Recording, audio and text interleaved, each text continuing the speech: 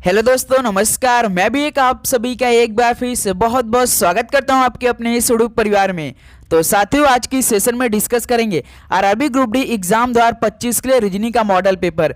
तो साथी, जैसा 2022 के ग्रुप डी के एग्जाम के लिए मॉडल पेपर बना था, तो बिल्कुल वैसा मॉडल पेपर आज की सेशन में ग्रुप डी एग्जाम 2025 के लिए डिस्कस करने जा रहे हैं। तो साथी, टोटल 21 क्वेश्चन आज की इस मॉडल पेपर में होने वाले हैं। तो आप देखेंगे साथी, 2022 और 2018 के लिए बहुत सारे मॉडल पेपर अलग अलग बने थे। तो बिल्कुल अब भी 2025 एग्जामों के लिए भी अब नए नए मॉडल पेपर आने शुरू हो चुके हैं। तो एक बार साथी आप देखिए कि मॉडल पेपर में कैसे कैसे सॉल्व मिल रहे हैं। बिल्कुल ये जो मॉडल पेपर होते हैं ना, बिल्कुल ओरिजिनल पेपर के एक रूप तरह होता है, बिल्कुल वैसा ही प्रश्न देखने को मिलता है। तो आज की सेशन बिल्कुल वैसा ही मॉडल पेपर हम लोग डिस्कस करेंगे। तो देखिएगा कि आप सभी का 21 प्रश्न में से क्या 15 प्रश्न सही हो पा रहे। यदि आप प्रीवियस ईयर के सवाल लगा रहे होंगे तो बिल्कुल आराम से 21 में से 21 भी प्रश्न सही कर सकते हैं। ओके दोस्त, तो चलिए बिना टाइम वेस्ट करते हुए इस सेशन को स्टार्ट करते हैं। तो इस बार ग्रुप डी एग्जाम 2025 के लिए रीजनिंग में हमें 30 में से लगभग 28 का टारगेट लेकर चलना है, जो कि हम लोग लेकर चल भी रहे हैं। जैसा ग्रुप डी के एग्जाम में सवाल पूछे गए थे, बिल्कुल उसके आधारित पर डेली शाम को 7 बजे हम लोग अपनी तैयारी कर रहे हैं। ओके दोस्त, तो डेली क्लास सुबह 8 बजे, एक 11:30 AM पे, एक शाम को 7 PM पे, ये डेली क्लास की हमारी टाइमिंग रहती है। तो चलिए दोस्त, आज का मॉडल पेपर का पहला प्रश्न डिस्कस करते हैं। तो देखेंगे साथी क्या आज का पहला प्रश्न दिया है। तो उस विकल्प को चुनिए जो तीसरे पद से उसी प्रकार संबंधित है जिस प्रकार दूसरा पद पहले पद से संबंधित है। त्रुटि का संबंध बड़ी गलती से है, तो इंकार का संबंध क्या हो जाएगा बताइए। उस विकल्प को चुनिए जो तीसरे पद से उसी प्रकार संबंधित है जिस प्रकार दूसरा पद पहले पद से संबंधित है।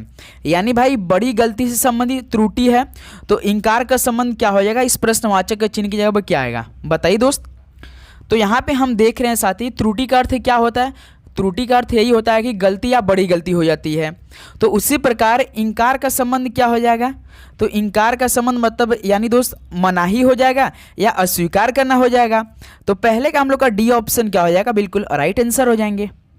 चलिए नेक्स्ट अगला सवाल को देखते हैं। क्वेश्चन नंबर 2, सत्य असत्य से संबंधित है जैसे कि रिजु संबंधित है। बताइए दोस्त, जैसे सत्य असत्य से संबंधित है तो जैसे कि रुजु किससे संबंधित हो जाएगी। उधार से, झुकना से, वक्र से या सुधार से। बताइए दोस्त, मोस्ट इंपॉर्टेंट सवाल है। सत्य असत्य किस तरह से आपस में संबंधित हो रहे हैं। तो सत्य का विपरीत क्या होता है, असत्य होता है। तो उसी प्रकार दोस्त रिजु का विपरीत क्या होता है, तो वक्र होता है। तो सी ऑप्शन बिल्कुल राइट आंसर हो जाएंगे। एक दूसरे के विपरीत इसमें साथी फॉलो कर रहे हैं। ओके, चलिए नेक्स्ट अगला सवाल को हल करते हैं। क्वेश्चन नंबर 3 को, इस प्रश्न को आप सभी लोग हल करेंगे। सबसे पहले प्रश्न को काफ़ी ध्यान से पढ़ेंगे। तो देखिए, यदि शब्द एस्टेरॉयड में अक्षरों को वर्णमाला क्रम में व्यवस्थित किया गया है और वर्णमाला क्रम में प्रत्येक अक्षर का संख्यात्मक मान 1, 2, 3 अंकित किया गया है, तो बाईं तरफ से व्यंजनों के स्थान का कुल मान है। यानी दोस्त व्यंजनों के स्थान का कुल मान पूछा है। तो सबसे पहले आपको समझना है, देखिए यहाँ पे लिखा है कि एस्टेरॉयड में अक्षरों को वर्णमाला क्रम में व्यवस्थित किया गया है। यानी सबसे पहले आपको ए से स्टार्ट करना है, बी सी डी ऐसे ऐसे वर्ण क्रम के हिसाब से आपको हर एक अक्षर को सेट करना है। उसके बाद हर एक अक्षर को आपको 1, 2, 3, 4, 5, 6 ऐसे करके नंबरिंग भी करना है। तो सवाल पूछा है कि तो बाईं तरफ से व्यंजनों के स्थान का कुल मान, यानी स्वर और व्यंजन को अलग करके देखना है कि केवल व्यंजनों के स्थान का कुल मान कितना होगा। यही सवाल आपसे पूछ रहा है। तो देखिए दोस्त, यहाँ पे क्या दिया है, एस्टेरॉयड दिया है। तो पहले प्रश्न को ध्यान से देखेंगे आप सभी। ASTEROID ये एस्टेरॉयड लिखा है। तो साथ ही सबसे पहले आप देखिए अक्षरों को वर्णमाला क्रम में व्यवस्थित किया गया है। सबसे पहले आपको इन अक्षरों को वर्णमाला क्रम में व्यवस्थित करना है। तो कैसे करेंगे, तो भाई सबसे पहले ए है तो ए करेंगे। ए के बाद देखिए बी इसमें है नहीं है, सी है नहीं है, डी है देखिए यहाँ पे, तो डी हम इसको करेंगे। फिर डी के बाद ई देखिए है एस्टेरॉयड में, तो ई हम यहाँ पे लिखेंगे। ई के बाद एफ है, जी एच है, एच आई है देखिए यहाँ पे आई है, तो इसको हम लोग सेट करेंगे।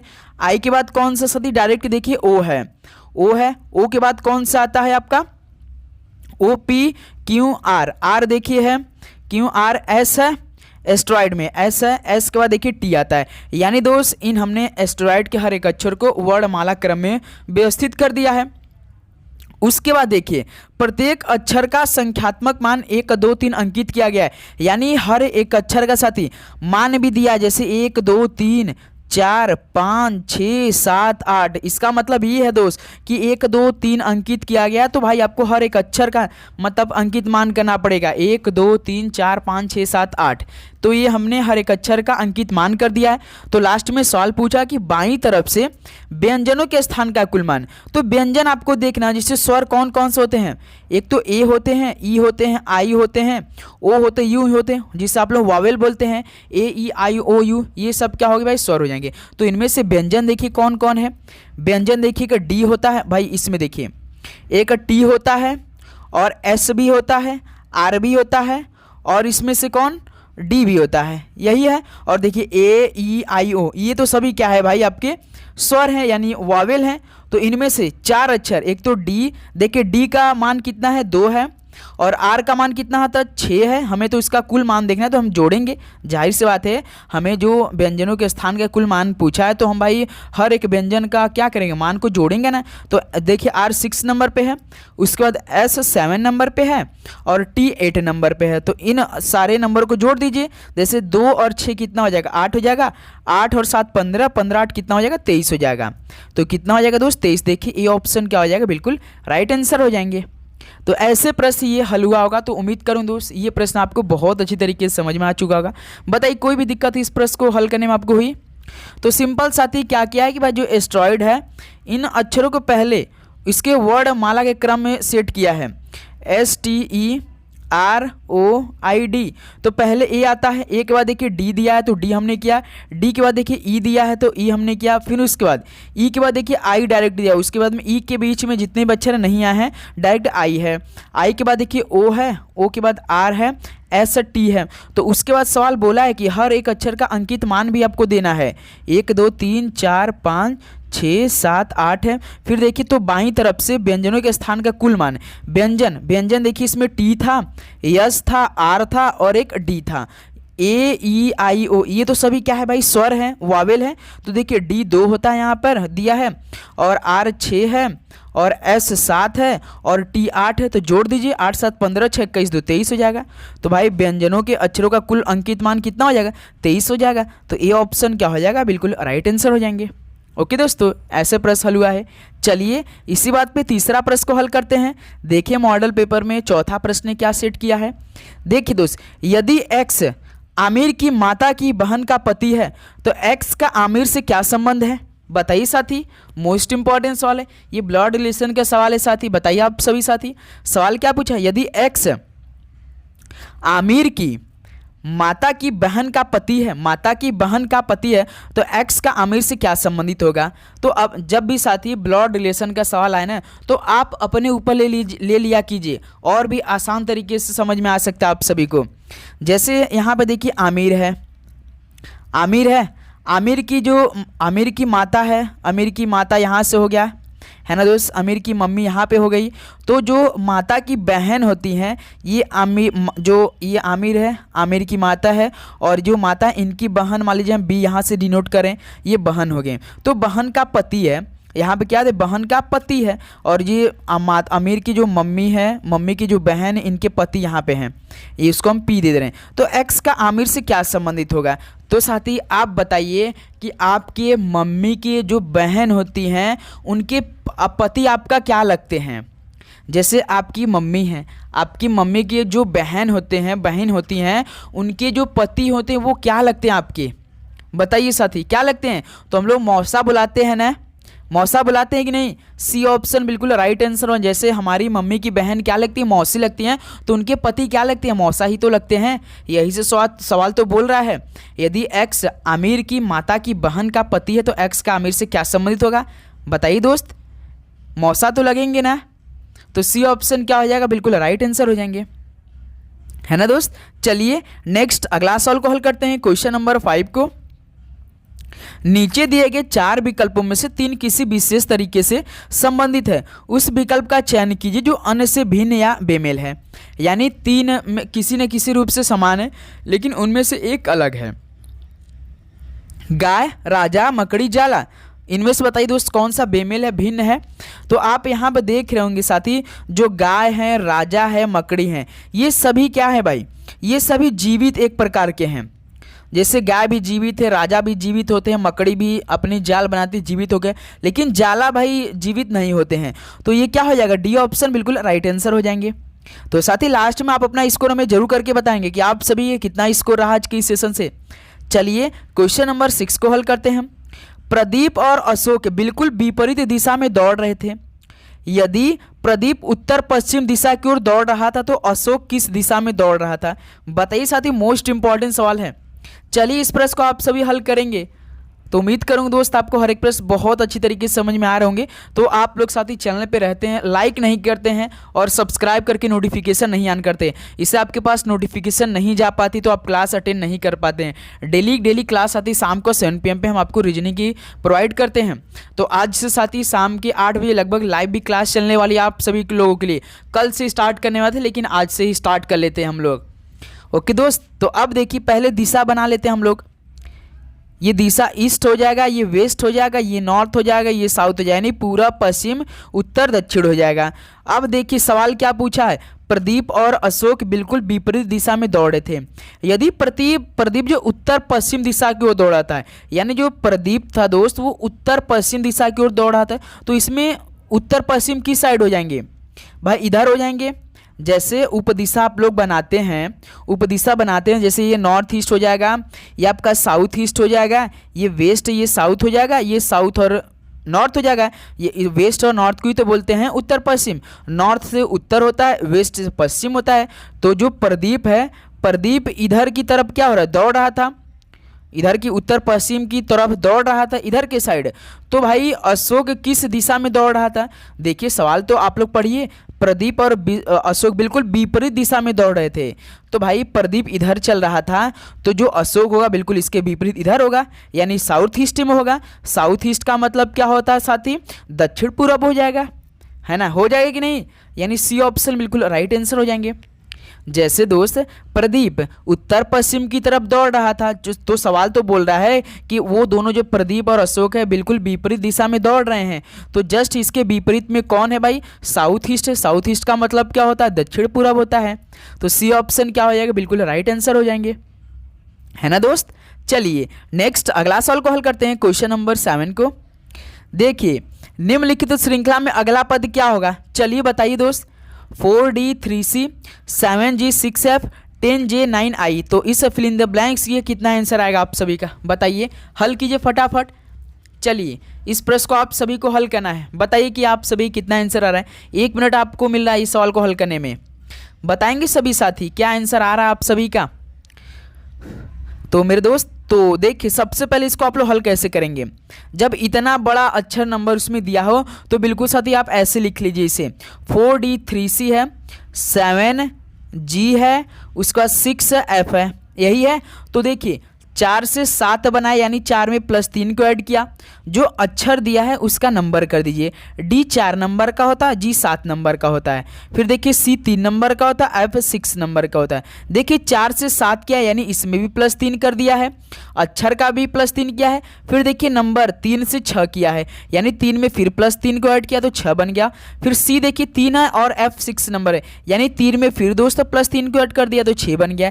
यानी चाहे आपका नंबर हो चाहे अक्षर हो, सभी में क्या क्या ऐड किया है भाई, +3 को ऐड किया है ना दोस्त, आप देख रहे होंगे। तो उसी के बाद दोस्त दूसरा भी हमें चेक करना है, जैसे 7G 6F है, इसको कोड क्या है, 10 किया है, J किया है, 9 किया, I किया है, यही किया है। तो देखिए 7 से 10 किया, यानी इसमें भी +3 को ऐड किया है। यहाँ नंबर में देखिए 6 से 9 किया, यानी इसमें भी +3 को ऐड किया है। F 6 नंबर का होता है, I 9 नंबर का होता है, तो इसमें भी देखिए +3 को ऐड कर दिया। G 7 नंबर का होता है, J 10 नंबर का होता है, तो इसमें भी +3 को ऐड कर दिया। तो अब तो पता चल चुका होगा कि इसमें तो भाई +3 ऐड को किया है। तो लास्ट में किसका दिया है, 10J 9I, 10J 9i यही दिया है। तो 10 में 3 जोड़ना है तो कितना हो जाएगा 13 हो जाएगा। देखिए सभी ऑप्शन में 13 13 दिया है। फिर उसके बाद दोस्त देखिए जे 10 नंबर का होता है तो इसमें भी +3 को ऐड करेंगे तो कितना होगा 10 3 13। 13 पे कौन सा आता है m आता है तो 13m देखिए केवल ऑप्शन सी में दिया है और किसी ऑप्शन में नहीं दिया है। आप देख रहे होंगे यदि जे 10 नंबर का है 10 में 3 जोड़ देंगे तो कितना आ जाएगा हमारा 13 आ जाएगा। 13 पे कौन अक्षर आता है क्योंकि अक्षर से हमें देखना है तो 13 पे तो m ही तो होता है। तो देखिए 13m और किसी ऑप्शन में नहीं दिया, 13l दिया है, 13k दिया है, यहाँ पे 12l तो इसका कोई मतलब ही नहीं है। तो 7 का सी ऑप्शन क्या हो जाएगा बिल्कुल राइट आंसर हो जाएंगे, है ना दोस्त। तो चलिए हम आप सभी से एक सवाल पूछना चाहेंगे। तो बताइए कि 9b 8 और के बताइए इसका क्या होगा। यहाँ पे मान लीजिए फिल इन द ब्लैंक से प्रश्नवाचक चिन्ह है तो बताइए इसका आंसर कितना आ जाएगा 9b 8k का। बिल्कुल सेम प्रोसेस लगाएंगे। चलिए नेक्स्ट अगला सवाल को हल करते हैं। क्वेश्चन नंबर 10 को देखिए, उस विकल्प का चयन कीजिए जो तीसरे पद से उसी प्रकार संबंधित है जैसे दूसरा पद पहले पद से संबंधित है। वैकेंट का संबंध इम्पटी से तो सीडेट का संबंध किससे हो जाएगा बताइए दोस्त। बताइए पर्यायवाची आपको आता होगा तो बिल्कुल आराम से कर सकते हैं। आपने सिनोनिम्स किया होगा, जैसे एमटीएस का एग्जाम दिए होंगे तो इसमें भाई सिनोनिम्स एंटोनिम्स बहुत सवाल आते थे। वही एक प्रकार का वैकेंट का सिनोनिम्स क्या होता है इम्पटी होता है। वैकेंट मतलब खाली होता है तो इम्पटी मतलब क्या होता है खाली होता है। उसी प्रकार दो सीडेट का मतलब क्या होता है एक प्रकार का गंभीर होता है। और इसका जो सीडेट का यदि आप लोग एडजेक्टिव बनाते हैं ना तो जैसे क्यूट होता है, क्वाइट जिसे शांत, और काम होता है काम एकदम शांत, और इसका सोबरेट भी होता है। तो देखिए इसी ऑप्शन में से दिया होगा कोई ना कोई। तो देखिए काम दिया है तो सीडेट का क्या हो जाएगा भाई काम हो जाएगा। तो डी ऑप्शन बिल्कुल राइट आंसर हो जाएंगे, है ना दोस्त। चलिए अगला सवाल को हल करिए क्वेश्चन नंबर 9 को। ये मोस्ट इंपॉर्टेंट सवाल है। चलिए देखिए इतना बड़ा श्रृंखला दी गई, इसमें अक्षर है नंबर भी है। तो देखिए सवाल पूछा उपयुक्त श्रृंखला में से दाएं 5वें पद के बाईं और 8वां पद कौन सा होगा। तो देखिए दोस्त दाएं 5वें पद, दाएं आपका कौन होता है राइट साइड होता है तो यानी इधर से उल्टा से देखना है राइट साइड से। यहाँ से 5वां पद देखिए कौन सा है 1 है 2 है 3 है 4 5, यानी भाई 5वां पद यू है इस यहाँ से दाईं साइड से। तब यहाँ से बाईं और 8वां पद कौन सा हो जाएगा। देखिए 1 2 3 4 5 6 7 8, देखिए इधर से भी ओ आ जाएगा। अब इधर से भी देखिए 1 2 3 4 5 6 7 8, इधर से भी देखिए बाईं ओर से भी 8वां आ गया और इधर से भी देखेंगे दाईं ओर से पूछा तो भाई दाईं ओर से यदि बायां साइड पूछा 8वां तो आपको इधर ही से जाना पड़ेगा। तो देखिए ओ आ रहा है तो देखिए सी ऑप्शन बिल्कुल राइट आंसर हो जाएंगे, है ना दोस्त। कितना इजी सवाल बनाइए बताइए। सवाल पढ़िए उपयुक्त श्रृंखला में से दाएं 5वें पद के बाईं ओर 8वां पद है तो सबसे पहले आपको दाईं ओर से 5वां पद देखना है। तो 5वां पद देखिए 1 2 3 4 5, भाई दाईं ओर से यू आया है 5वां पद। अब इसके यू से बाईं ओर 8वां पद देखना है। देखिए 1 2 3 4 5 6 7 8, 8 पे कौन है भाई ओ आ रहा है तो देखिए सी ऑप्शन दिया है तो 9 का सी ऑप्शन बिल्कुल राइट आंसर हो जाएंगे, है ना दोस्त। चलिए नेक्स्ट अगला सवाल को हल करते हैं क्वेश्चन नंबर 10 को। नीचे दिए गए 4 विकल्पों में से 3 किसी विशेष तरीके से संबंधित हैं। उस विकल्प का चयन कीजिए जो दूसरे भिन्न या बेमेल हैं। बताइए दोस्त 4 विकल्प दिए हैं, 3 किसी विशेष तरीके से संबंधित है लेकिन लास्ट वाला एक उनमें से अलग है। बताइए वो कौन है। सतलज है, रावी है, चिनाब, यमुना। यदि नदियों से संबंधित प्रश्न आ गया तो समझिए वो किस दिशा में बहती है इससे रिलेटेड होगा, इससे रिलेटेड ही होगा। तो आप जानते हैं दोस्त जैसे आपका सतलज है, रावी है, चिनाब है, यमुना है, ये किस साइड बहते हैं साथी बताइए। तो मेरे दोस्त आप देख रहे होंगे जो आपका होता है कौन सतलज है, रावी है, चिनाब है, ये पश्चिम की ओर बहने वाली नदियाँ। किस ओर बहने वाली है पश्चिम की साइड बहने वाली ये नदियाँ हैं। ओके दोस्त, लेकिन जो यमुना है ना ये दक्षिण की ओर बहती है और ये उत्तराखंड यमुनोत्री ग्लेशियर से निकलती है जो यमुना नदी होती है। तो साथ ही जो चिनाब है, रावी और सतलज है ये पश्चिम की में बहने वाली नदियां हैं, लेकिन यमुना तो साथ ही दक्षिण की ओर बहती है जो कि उत्तराखंड यमुनोत्री ग्लेशियर से निकलती है ना दोस्त। तो इसका डी ऑप्शन बिल्कुल अलग हो जाएगा, डी ऑप्शन हम लोग का राइट आंसर हो जाएंगे। चलिए नेक्स्ट अगला सवाल को हल करते हैं क्वेश्चन नंबर 11 को। बेजोड़ का चयन कीजिए जैसे देखिए ए बराबर 3C 6F दिया है, बी बराबर 6G 10J दिया है, सी बराबर 11K 14N दिया है, डी बराबर 15O 18R दिया है। तो इनमें से बताइए बेजोड़ कौन सा दिया है। आपके पेपर में सवाल कैसे पूछेगा, यदि इससे आया तो जरूर आएगा, बिल्कुल कंफर्म आने वाला है। हो सकेगा ना तो इसी पैटर्न में सवाल पूछ देगा आप सभी से। जैसे ऐसे बॉक्स बनाएगा, 4 बॉक्स बना देगा ए बी सी डी करके। जैसे एक बॉक्स में ए देगा, बी देगा, सी देगा, डी देगा। तो पहले ऑप्शन में देखिए 3C और 6F है, बी ऑप्शन में देखिए 6G है, 10 है, J है ना दोस्त। सी ऑप्शन में देखिए क्या है, 11 है, K है, उसके बाद 14N है। और डी ऑप्शन में देखिए दोस्त क्या दिया है, 15O दिया है और 18 दिया, R दिया है। तो अब आपको हमने जब लिखा होगा तो आपको दिख गया होगा सर जी जो अक्षर दिया, जैसे पहले ऑप्शन देखिए 3 का जो अक्षर होता है वो C होता है, 6 का क्या होता है F होता है, B में लेकिन दोस्त देखिए यहाँ पे 6G दे दिया है। भाई G का स्थानीय मान क्या होता है, 7 होता है, लेकिन यहाँ पे देखिए 6 दे रखा है, 6 का तो F होता है। जस्ट देखिए पहले ऑप्शन ए वाले में देखिए, तो यही क्या हो जाएगा भाई, बेमेल हो जाएगा। और ऑप्शन सी में देखिए 11K है जो कि K का 11 नंबर होता है, और 14 का N होता है जो कि बिल्कुल दिया है। और डी ऑप्शन में देखिए 15O दिया है और 18R दिया है, यानी जो अक्षर दिया है वो उसका नंबर भी दिया है।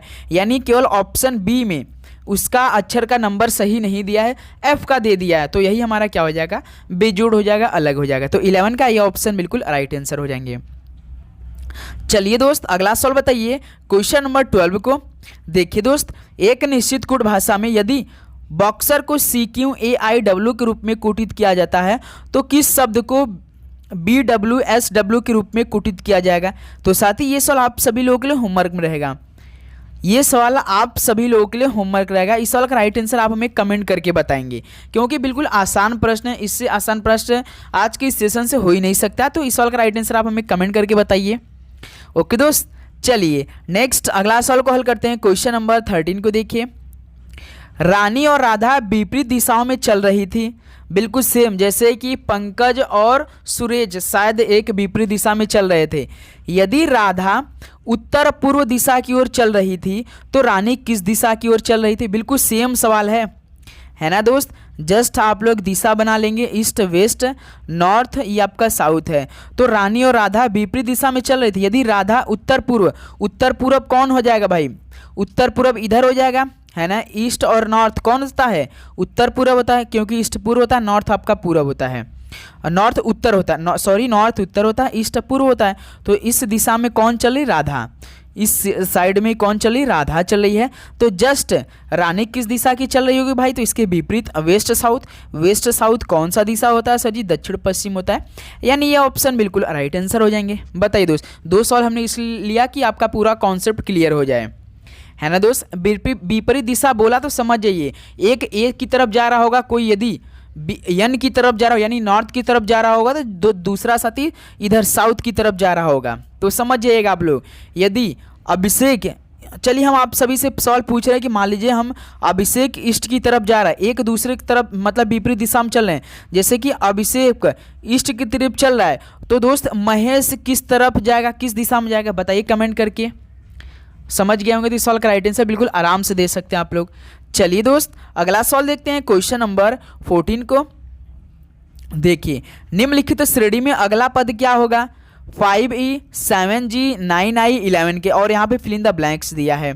तो आप देख रहे होंगे साथी 5E दिया है, उसके बाद 7G दिया है, उसके बाद 9I दिया है, 11K दिया है। बताइए दोस्त फिल इन द ब्लैंक्स के क्या आंसर आएगा। काफ़ी इजी सवाल आप सभी को दिखाई दे रहा होगा। तो देखिए यहाँ सबसे पहले नंबर पे चले जाते हैं हम लोग।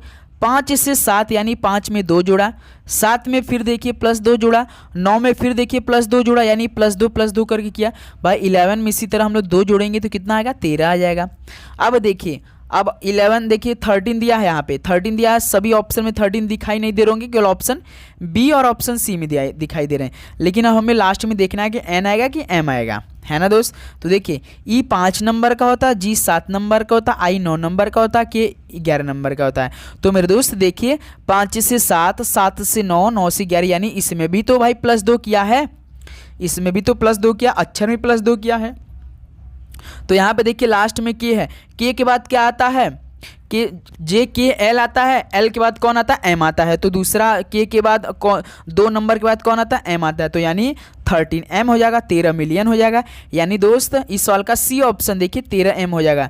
तो बताइए दोस्त आप लोग कब हमारे यूट्यूब चैनल को 13 मिलियन पर पहुंचा रहे हैं, क्योंकि हमारी फैमिली बनानी, एक बहुत बॉन्डिंग वाली फैमिली बनानी है। इस बार काफ़ी हमें सिलेक्शन देना है ग्रुप डी में। बिल्कुल साथ ही देखिएगा जितने भी हम सॉल्व कराएंगे बिल्कुल एग्जाम ओरिएंटेशन कराएंगे, बिल्कुल एग्जाम बेस पे सॉल्व हम कराने वाले डेली के डेली क्लास में। बस आपको चैनल से जुड़े रहना है, एक फैमिली की तरह साथ ही हमें तैयारी करना है लगातार, है ना दोस्त। चलिए नेक्स्ट अगला सवाल को हल करते हैं। क्वेश्चन नंबर 15 देखिए, आपको कथन एवं उसका अनुसरण करने वाली धाराओं पर विचार करते हुए यह निर्णय लेना है कि इनमें से कौन सी धारा कथन में अंतर्निहित है। कथन देखिए क्या दिया है, मैं सैनिक को पसंद करता हूं। पहला कथन दिया है कि मैं सैनिक को पसंद करता हूं। दूसर का क्या दिया है धारणा साथी, मैं सैनिक बनना चाहता हूं। तो कथन में बोला है कि मैं सैनिक को पसंद करता हूं, तो मैं सैनिक बनना चाहता हूं। उसके बाद धारणाएं क्या इसका है, देखिए मैं एक सैनिक नहीं हूं। बताइए दोस्त क्या इसमें आपको दिखाई दे रहा है कि कहीं जो कथन में मैं सैनिक को पसंद करता हूं, मैं सैनिक बनना चाहता हूं, क्या कहीं ऐसा किया गया है, बोला गया है कथन में कि मैं सैनिक नहीं हूं। बताइए। और धारणाएं दूसरे के में देखिए, मैं एक सैनिक हूं, बिल्कुल ये तो ठीक लग रहा है क्योंकि बिल्कुल जस्ट इसके ही भाई धारणाओं से मैच कर रहा है। मैं सैनिक को पसंद करता हूं, मैं सैनिक बनना चाहता हूं। इसका मतलब दोस्त आप इसमें देख रहे होंगे ध्यान से, जो केवल धारणा एक है जो कि अंतर्निहित है। कैसे भाई, क्योंकि इसमें कथन में कहा गया है कि मैं एक सैनिक हूँ, ऐसा नहीं, किसी कथन में नहीं कहा गया है कि मैं सैनिक नहीं हूँ। किसी कथन में मैं सैनिक नहीं हूँ ये नहीं बोला गया है। तो हमारा धारणा एक क्या हो जाएगा दोस्त, अंतर्निहित हो जाएगा। तो 15 का तीसरा नंबर क्या हो जाएगा, बिल्कुल राइट आंसर हो जाएंगे। बताइए कोई दिक्कत। ओके दोस्तों, उम्मीद करूँगा ये प्रश्न आपको समझ में आ चुका होगा। चलिए नेक्स्ट अगला सवाल को हल करते हैं, क्वेश्चन नंबर 16 को। ये मोस्ट इंपॉर्टेंट सवाल है मेरे दोस्त, इसको ध्यान से आप लोग देखेंगे। जैसे देखिए, दिए गए कथन पर विचार कीजिए और निर्णय लीजिए कि दी गई धारणाओं में से कौन सी कथन में अंतर्निहित है। देखिए पहला कथन दिया है, कस कंटेनर में गैस है। भाई किस कंटेनर में गैस है, यहाँ पे कस नहीं, किस कंटेनर में गैस है, कौन सा कंटेनर में गैस है। फिर देखिए दोस्त, इसकी धारणाएं क्या दिया है, कंटेनर में ऑक्सीजन है और कंटेनर में हीलियम है। तो मेरे दोस्त आपको क्या मालूम है कि कोई भी कंटेनर रखा है तो उसमें कौन सा ऑक्सीजन रखा है और कौन सा हीलियम रखा है। तो आपको तो ये तो नहीं मालूम है कि उस कंटेनर में कौन सा गैस भरा हुआ है। बताइए, जैसे कथन में देखिए कि कंटेनर में गैस है और इसकी धारणाएं क्या है कि कंटेनर में ऑक्सीजन है, कंटेनर में हीलियम है। तो मेरे दोस्त आप देख रहे होंगे कि इसमें न तो भाई पहला है और न तो दूसरा अंतर्निहित है। कैसे सर जी आप बोल सकते हैं, क्योंकि दोस्त हम नहीं जानते कंटेनर में कौन सी गैस भरा हुआ है। यदि हमें मालूम होता है कि पहले कंटेनर में ऑक्सीजन भरा हुआ है, दूसरे के कंटेनर में हीलियम है, तो ये दोस्त देखिए आपकी सोच पे डिपेंड करता है कि आप कैसे इस प्रश्न को टैकल कर रहे हैं। आप सोचिए कि हम नहीं जानते हैं कि कंटेनर में कौन सी गैस रखे है, कि किस में ऑक्सीजन है किस में हीलियम है। तो और दूसरा का दोस्त कंटेनर में हीलियम है अंतर्निहित है, क्योंकि हम नहीं जानते कंटेनर में कौन सी गैस भरा हुआ है। तो भाई न तो पहला और न ही दूसरा अंतर्निहित है, यानी 16 का 4 नंबर क्या हो जाएगा, बिल्कुल राइट आंसर हो जाएंगे, है ना दोस्त। चलिए नेक्स्ट अगला सवाल देखते हैं, क्वेश्चन नंबर 17। हॉकी का संबंध मैदान से है तो बैडमिंटन का संबंध किससे हो जाएगा। बताइए दोस्त, हॉकी का संबंध मैदान से है तो बैडमिंटन का संबंध किससे हो जाएगा। बताइए, ये मैदान से रिलेटेड बन रहा है, यानी हॉकी खेल एक ऐसा ग्राउंड होता है, आयताकार ग्राउंड होता है। कैसा दोस्त, आयताकार ग्राउंड होता है जिसमें खेला जाता है, जिसे मैदान कहा जाता है। तो उसी प्रकार बैडमिंटन किस मैदान में खेला जाता है। बताइए, बैडमिंटन तो कोर्ट में खेला जाता है ना, तो बी ऑप्शन बिल्कुल राइट आंसर हो जाएंगे। चलिए दोस्त अगला सवाल देखते हैं, क्वेश्चन नंबर 18 को हल करिए आप सभी साथी। क्या आएगा, उस विकल्प का चयन कीजिए जो तीसरे पद से उसी प्रकार संबंधित है जिस प्रकार दूसरा पद पहले पद से संबंधित है। तो बताइए दोस्त, उस विकल्प का चयन करना है जो तीसरे पद से उसी प्रकार संबंधित है जिस प्रकार दूसरा पद पहले पद से संबंधित है। जैसे देखिए, ओडोमीटर दूरी है तो एमीटर का संबंध किससे हो जाएगा? बताइए दोस्त, मोस्ट इंपॉर्टेंट सवाल है। दूरी मापने के लिए किसका उपयोग किया जाता है? ओडोमीटर का उपयोग किया जाता है। तो एमीटर को मापने के लिए किसका उपयोग किया जाता है? तो सर जी, विद्युत धारा का उपयोग किया जाता है। यानी 18 का क्या हो जाएगा? बी ऑप्शन बिल्कुल राइट आंसर हो जाएंगे, है ना दोस्त। चलिए नेक्स्ट अगला नंबर बताइए, क्वेश्चन नंबर 19 को।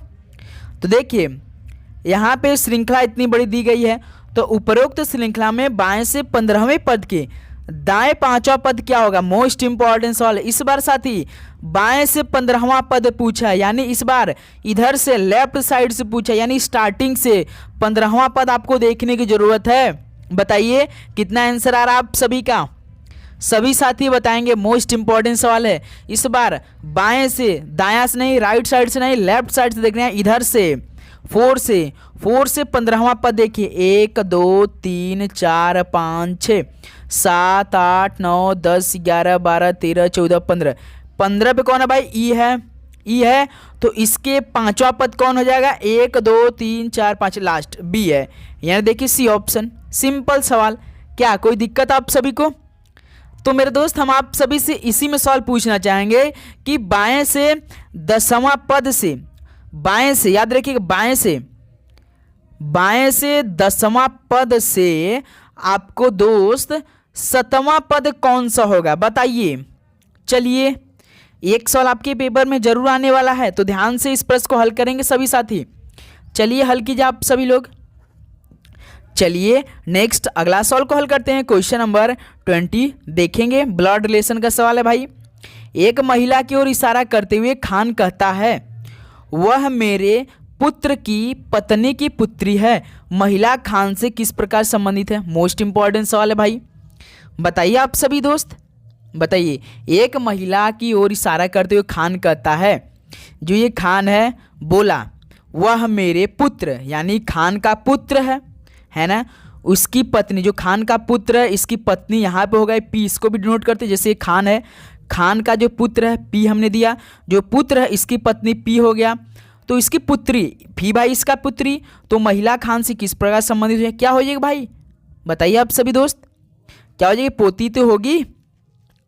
महिला खान से किस प्रकार संबंधित? वह मेरे, एक महिला की ओर इशारा करते हुए खान कहता है, वह मेरे पुत्र की पत्नी की पुत्री है, तो महिला खान से किस प्रकार संबंधित हो जाएगा? तो आप लोग जो उसकी महिला की जो इशारा करते हुए खान कहता है कि वह मेरे पुत्र की पत्नी, आप लोग पत्नी मत चले जाइएगा, बहू मत मान लीजिएगा।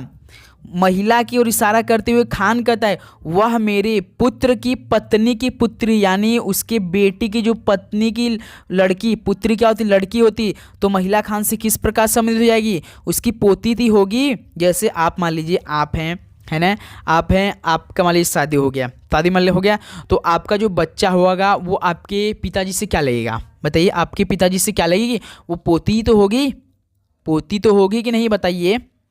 तो ये ऑप्शन इस तरह क्या हो जाएगा? बिल्कुल राइट आंसर हो जाएंगे, है ना दोस्त। चलिए नेक्स्ट अगला नंबर देखते हैं, क्वेश्चन नंबर 21। नीचे दिए गए 4 विकल्पों में से 3 किसी विशेष प्रकार संबंधित है, उस विकल्प का चयन कीजिए जो अन्य से अलग या बेजोड़ है। हाथ, नाक, हृदय, आंख। बताइए दोस्त, हाथ, नाक, हृदय, आंख। हाथ बाहरी साइड है, नाक भी बाहरी साइड है, आंखें भी बाहरी साइड है, लेकिन हृदय भाई ये आंतरिक एक पार्ट होते हैं शरीर, मानव शरीर के, तो ऑप्शन सी बिल्कुल राइट आंसर हो जाएंगे। तो साथ ही फाइनली ये टोटल 21 क्वेश्चन कंप्लीट कर लिए आज की सेशन का। तो बताइए कि आप सभी का कितना स्कोर बना आज की सेशन से? पूरी ईमानदारी के साथ बताइए कि आप सभी का कितना स्कोर रहा आज की सेशन से। तो उम्मीद करूँ दोस्त आपको हर एक प्रश्न बहुत अच्छी तरीके से समझ में आया होगा और आपने 21 क्वेश्चन किया होगा, लगभग 15 से 16 क्वेश्चन तो आराम से सही किया होगा। तो बताइए दोस्त कि आप सभी कितना स्कोर रहा। तो चलिए दोस्त इस सेशन को यहीं पर समाप्त करते हैं, मिलते हैं साथ ही एक और नए सेशन में। तो बस आप सभी से रिक्वेस्ट है कि चैनल पे नए हैं तो सब्सक्राइब करके नोटिफिकेशन जरूर ऑन करेंगे, है ना दोस्त। इसलिए लगातार जब भी क्लास हमारी आएगी तो आपके पास सबसे पहले नोटिफिकेशन जाएगा। तो चलिए दोस्त मिलते हैं नेक्स्ट सेशन में। सभी को जय हिंद, वंदे मातरम, पढ़ाई करते रहिए, ऑल द वेरी बेस्ट,